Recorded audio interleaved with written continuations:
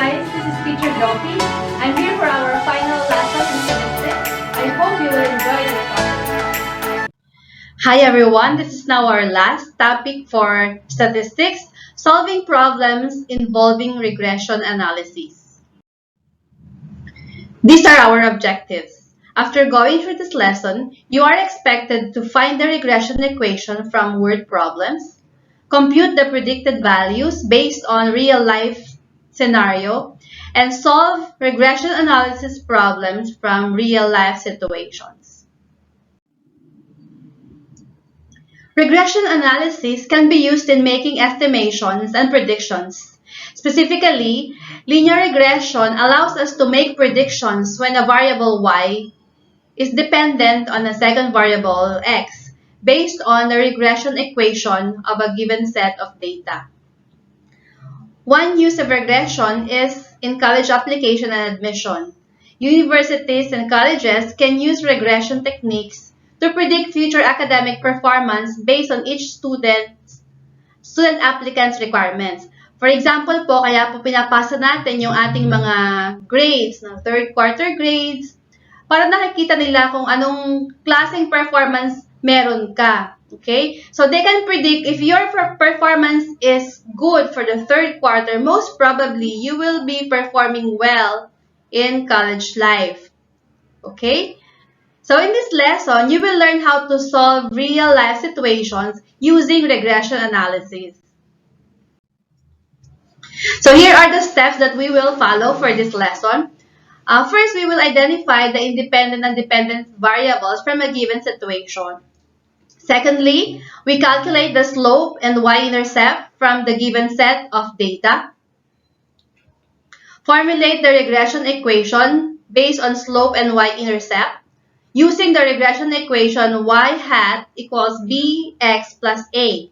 If you remember, guys, for these two steps, steps 2 and 3, we already have a video or lesson about this, computing the slope and y-intercept and forming the regression equation.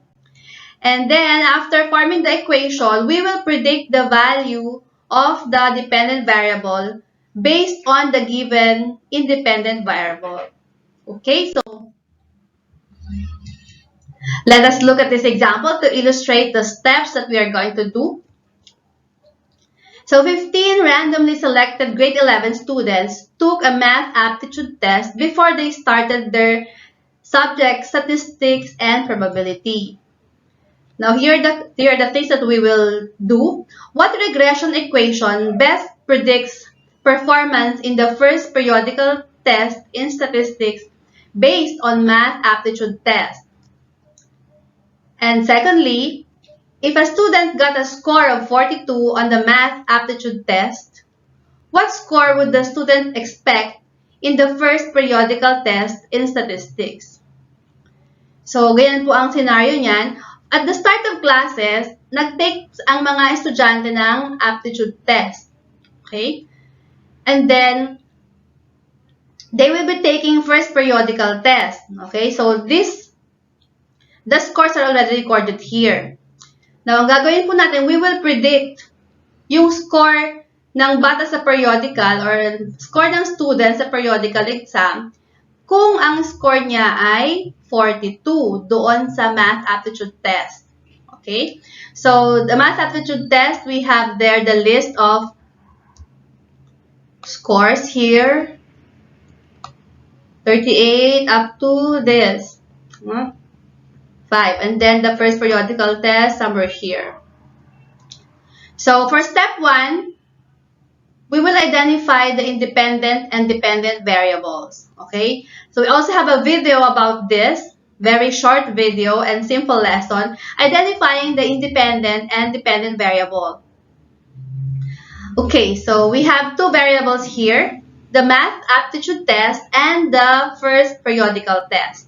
Which do you think is the independent variable? So usually if you recall, that which happened first is the independent variable at yung susunod na mangyayari will become the dependent variable. It depends on the first thing that happened. So in this case, the first thing that happened here is the math aptitude test.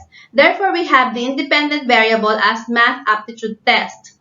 Okay, and the dependent variable, the first periodical test. Okay. So step 2, we calculate the slope and y-intercept from the given data. So we have this data here, the data which is given in the situation that we have. And if you recall, we also have this computation, or we have this video of solving for the slope and the y-intercept. So just to clarify, we will identify now the independent variable, the math aptitude test. There you go. This is the independent variable, that is x, and the dependent variable, the first periodical test.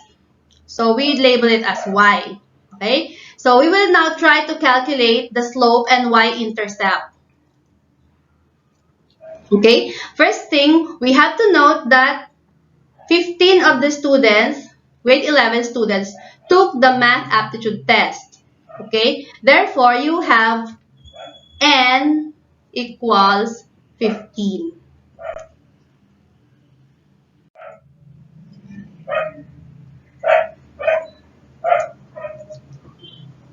So if we recall our previous lessons on computation of slope and y-intercept, we have to make this table. Okay, that was the first step. During that time, we create this table with x here, the x column, the y column, the xy column, and the x squared column. Okay, and then we will copy the values or the entries for the independent variable for x here. Okay, taken from the math aptitude test here.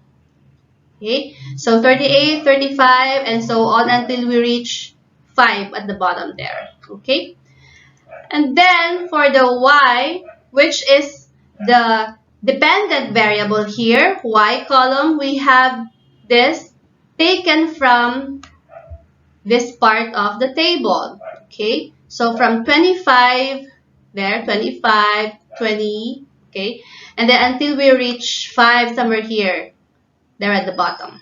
Okay, and then we will solve for the values for the xy column, under the xy column here. Okay, so xy means we multiply x times x and y, so x times y values will give you the xy entries.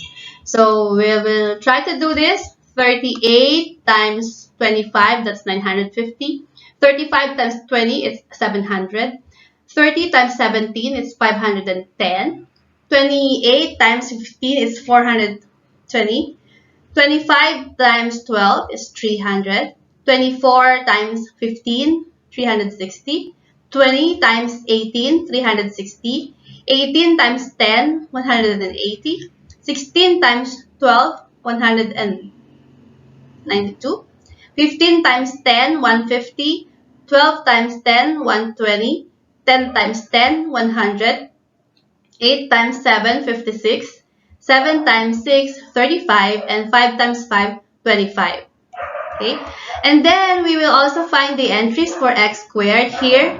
Okay. X squared means we square x, or we multiply the entries under x, okay, to themselves. Or 38 squared, or 38 times 38, we have 1,444. Okay, 35 times 35 is 1,225. 30 times 30, that's 900. 28 times 28, that's 784. 25 times 25, 625. 24 times 24, 576. 20 times 20, 400. 18 times 18, 324. 16 times 16, 256. 15 times 15, 225. 12 times 12 is 144. 10 times 10, 100. 8 times 8, 64. 7 times 7, 49. And 5 times 5, 25. So there you go. After you completed this table, we will get the sum of all the entries per column. So first we will have the summation of all the entries for X. We have there 38 plus 35 plus 30 plus 28 plus 25 plus 24 plus 20 plus 18 plus 16 plus 15 plus 12 plus 10 plus 8 plus 7 plus 5. There you have 291. And then, secondly, for Y column, we get the sum of all the entries here. We have 25 plus 20 plus 17 plus 15 plus 12 plus 15 plus 18 plus 10 plus 12 plus 10 plus 10 plus 10 plus 7 plus 6 plus 5 equals the summation of Y, 192. The next column, we have the summation of xy. So again, we add all the entries under xy. So we have 950 plus 700 plus 510 plus 420 plus 300 plus 360 plus 360 plus 180 plus 192 plus 150 plus 120 plus 100 plus 56 plus 35 and plus 25 equals the summation of xy. We have, here you go, 4,465. 4,465. And for the last column, we have the summation of x squared. So we add again all the entries here. So 1,444 plus 1,225 plus 900 plus 784 plus 625 plus 576 plus 400 plus 324 plus 256 plus 225 plus 144 plus 100 plus 64 plus 49 plus 25. The summation of x squared is 7,141. Okay, so now we have completed the table and the sum of the entries per column. So we're ready to solve for the slope. Okay, so we recall the formula. We have it here. No, I hope you recall this. Okay, so the formula for slope as represented by B here, B equals n times the summation of xy minus the product of summation of x and summation of y all over n times summation of x squared minus the square of x squared. Okay, substituting the values we have here at the bottom of the table, the entries here, and the value of n somewhere here. Okay, so we substitute now. So n equals 15. There, n equals 15. Summation of x squared, we took it from the table, 4,465, minus summation of x, 291 here. And then summation of y, 192, taken from this part of the table. Okay, all over 15, which is your n. And then summation of x squared, 7,141 here. And the square of the summation of x. Summation of x is 291 from this column. Okay, and then we square that. Okay, so there you go. I think you can actually follow this easily because they're actually color-coded. Okay, and then applying the mathematical operations here, 15 times 4,465, you have 66,975 minus, okay, copying the sign there, we multiply 291 plus 192, you have 55,872. Okay, all over 15 times 7,141, that gives you 107,115 minus the square of 291, that is 84,681. Okay, and then again subtracting 66,975 minus 55,874, you have 11,103. Okay, over 107,000 115 minus 84,681. So when we subtract that, we get 22,434. Okay? And then, finally, dividing that, 11,103 divided by 22,434. That gives you 0.4949. So therefore, we have B equals 0.49. 0.4949. Okay? And then, we're ready for the y-intercept. Okay? For the y-intercept, this one is represented by letter A, or small letter A here. And this is the formula. Okay? So we also have discussed this in the previous video or previous lesson. A equals the summation of y minus b times summation of x all over n. Okay? Where b is your slope there. Okay? And then now we will substitute the values in the formula. So we have their summation of y is 192 taken from this. Okay? And then b is 0.4949. Okay? And then summation of x is 291. There. All over the value of n, which is 15. Okay? Again, applying the operations. You may copy this 192, bring it down here. Okay, and then we copy subtraction. We multiply 0.4949 times 291. That gives us 144.0159. All over 15. Okay, so we now subtract 192 minus 144.0159. You have 47.9841 over 15. Okay, so dividing that, 47.9841 divided by 15 gives us 3.1989 or 3.1989, or in other words, if we round it off to two decimal places, we have now 3.20. Okay.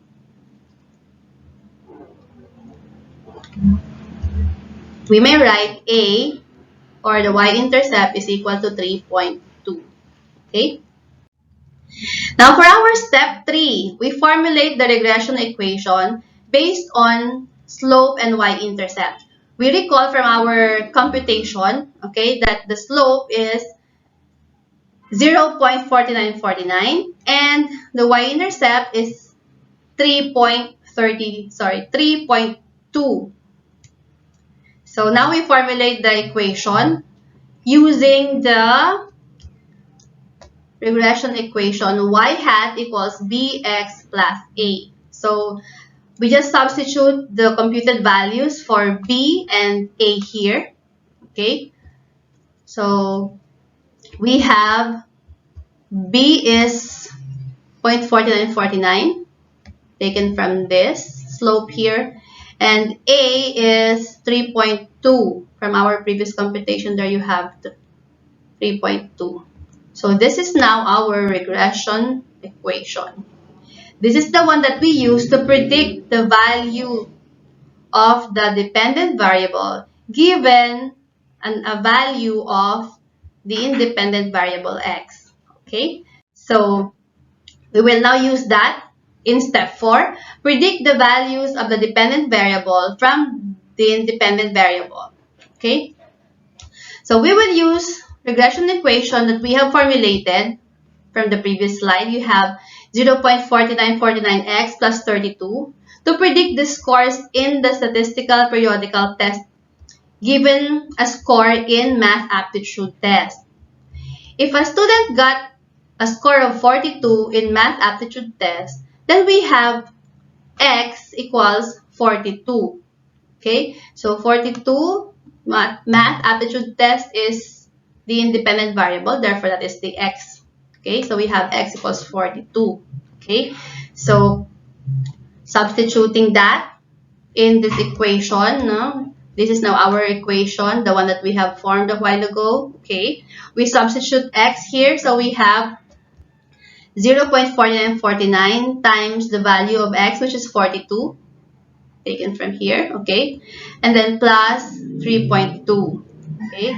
So, multiplying 0.4949 times 42, we have 20.7858, and then plus 3.2.